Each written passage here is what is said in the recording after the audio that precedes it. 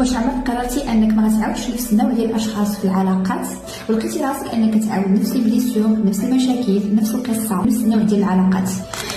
الا وقع لك هادشي عرف انه ماشي صدفه. كاين واحد السؤال كيحير بزاف ديال الناس: علاش كنرجعوا ديما لنفس النوع ديال العلاقات؟ علاش كنبدلوا الاشخاص ولكن القصه اللي كنعيشوها كتبقى هي كتعاود؟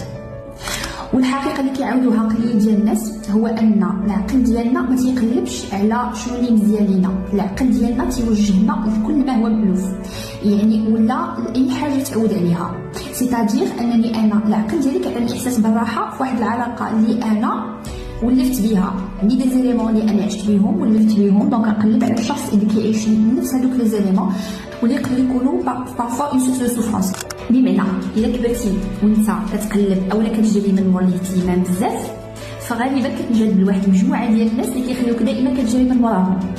ولا ولفتي اولا تعودتي انك الحب خاصك تاخذو بالشروط، نورمالمون كتكون كتنجذب لواحد المجموعه ديال الاشخاص اللي كيكونوا كيدفعوك لانك خاصك تشك في راسك. وملي كيجي واحد الشخص كيعاملك بالاحترام، كيعطيك الاهتمام وكيتعامل معاك اونتر بارونتيز بلا ما كيعذبك، فغالبا هنايا العقل ديالك ما تيعطيكش واحد الاحساس بالراحه.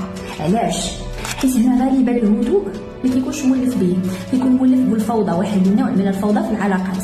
دونك نورمالمون باش كيجي واحد الهدوء في العلاقه الانسان ما كيحسش بالراحه، اولا بالاحرى العقل ديالي ما كيعطيليش واحد الاشاره بالراحه. بحال شي واحد عاش عمره كامل في وسط الصداع بزاف، وفاش نهار اللي بغى يمشي اولا مشى لواحد البلاصه فيها لو كالم فيها السيلونس ما ارتاحش. علاش؟ حس بواحد الويد، حس بواحد شي حاجه ناقصه، ما حسش بالراحه، حيت هذا الشيء غير مألوف بالنسبه للدماغ ديالو. وهنا لا بلوبار دو طون ما خاصنيش يسول علاش انني انجذبت لهذا الشخص، واللي خاصني نسولو هو ان شنو كنشوف في هذا الشخص هو بالنسبه لي مألوف.